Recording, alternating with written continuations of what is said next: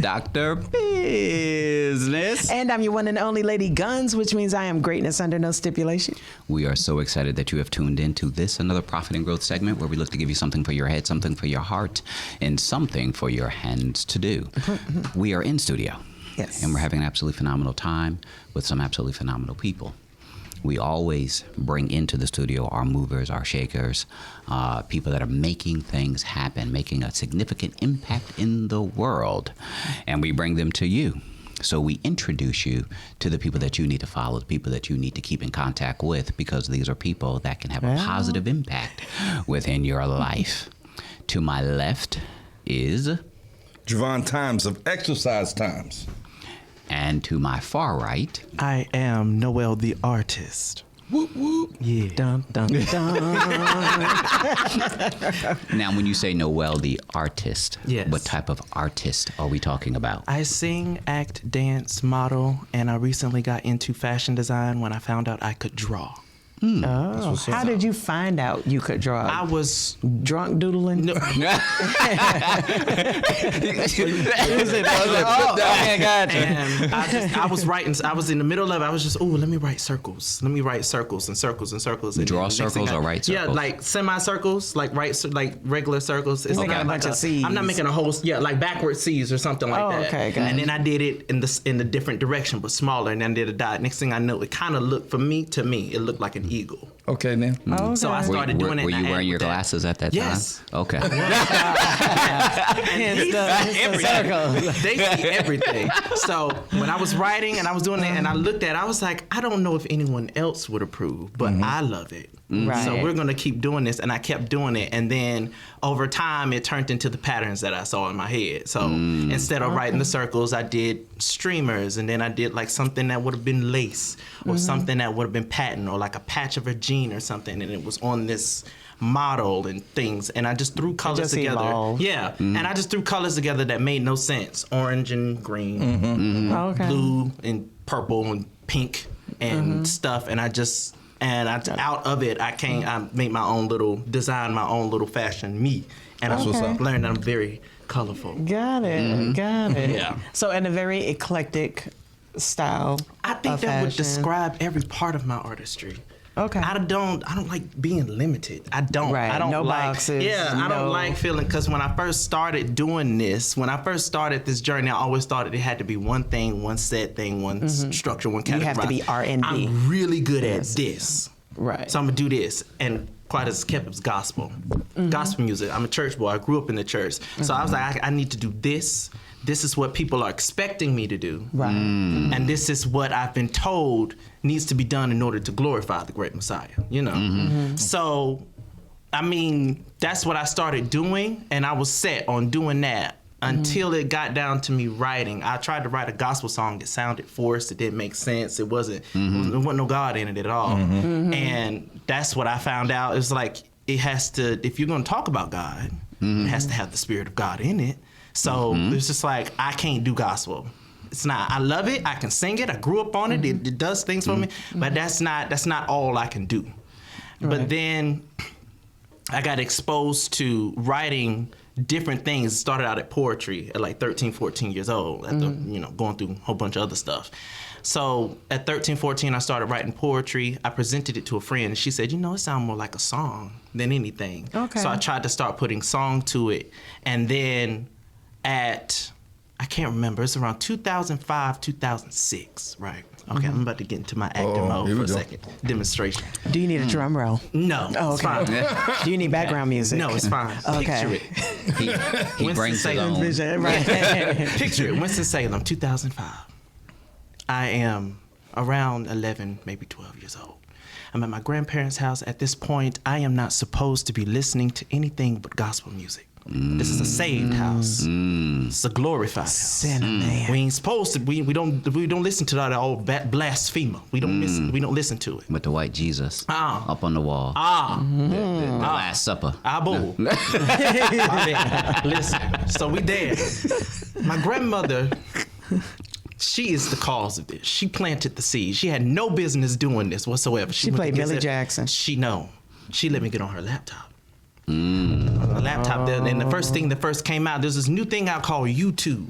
And when you went on YouTube, it just put up everything that you needed to know. So I was just, I'm being real gracious, real gospel, all the other stuff, Vicky Wine and CC Wine and all that other stuff. And through Vicky, there was this woman wearing this black skirt, fishnet, black heel, crazy hair all the way up here. Would that be Patti LaBelle? Patti LaBelle. And I clicked on it. And the look itself was just like, this is different. Now I'm thinking she gospel because I done clicked on a whole bunch of other gospel people. I didn't compare that Vicky can sometimes sound like Patti, which is why it she can look like that too. So. And the interlude Gospel-ish. started playing. Yeah, and the interlude was playing, and I was looking out of nowhere, running hot, running cold. I was running into overload. It was extreme. I took it so high, so low, so low. There was nowhere to go like a bad dream. I said, who is this? Who is this? And somehow the wires uncrossed, the tables are turned. Never knew I had such a lesson to learn. I'm feeling good from my head to my shoes. I know where I'm going and I know what to do.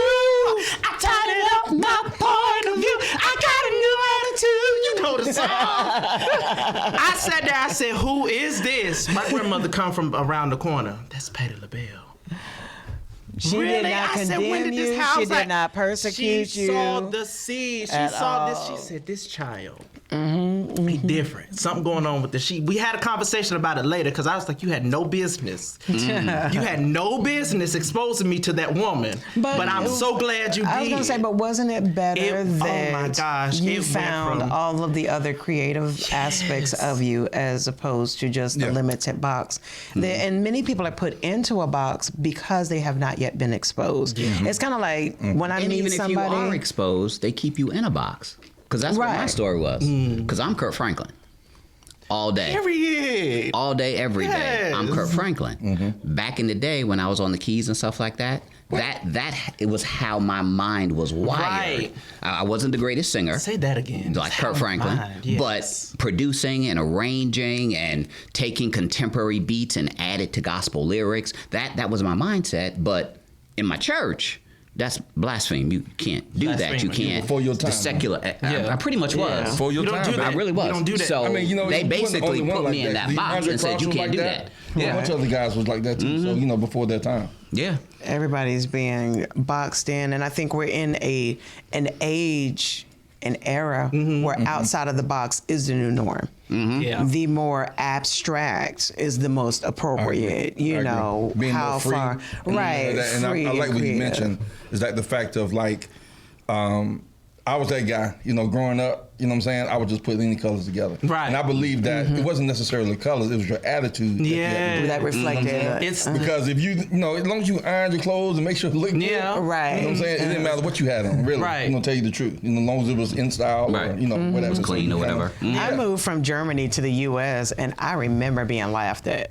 because they was like, "What does she have on?" Right. And I remember, and I was totally my first day of school outfit, first time in these United States of Americas was a pencil skirt. It had a white background with black paisley, and I had on a yellow shirt with some red suspenders, like.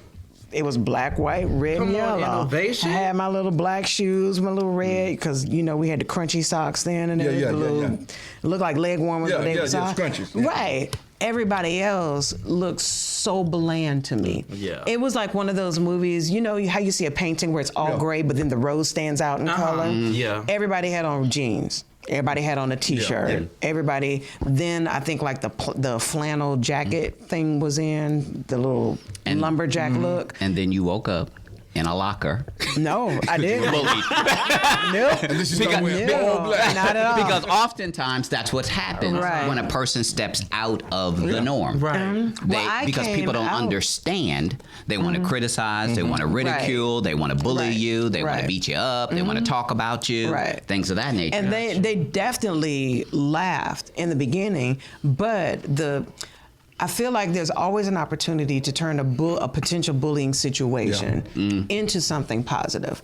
If I had just allowed them to talk about me and just shunned away from it, once they discovered, they was like, "Yeah, where you get that skirt from?" And I was like, "Henderson Miss." They was like, who? H&M?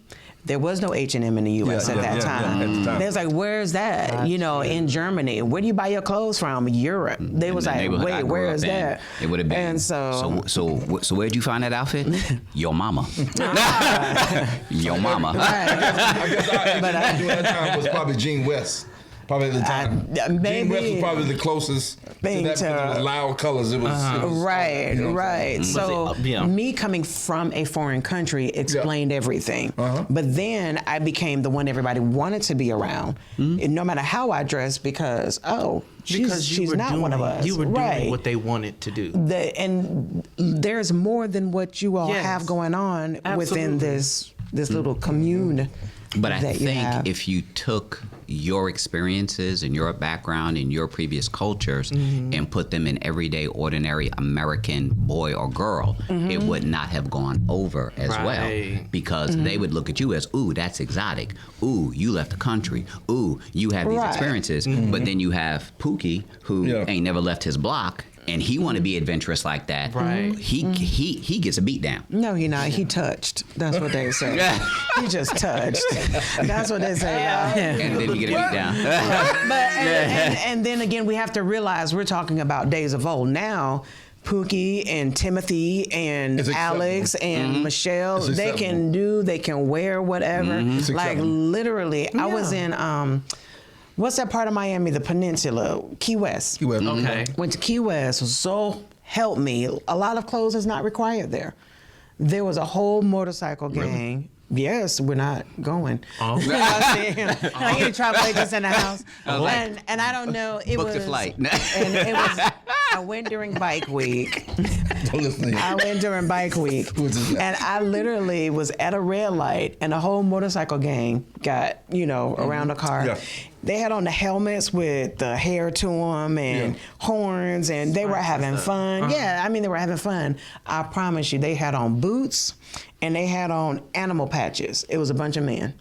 So it was giraffes, it was elephants, it was nothing else. Hey, you gotta be more out. careful. Hey, it's Key West. They was, but that's what I'm saying. And It's it cute. was, and It's I'm cute. the one at the light, like, oh looking- my gosh. you looking- And everybody, didn't I tell you there looking- was giraffes and elephants?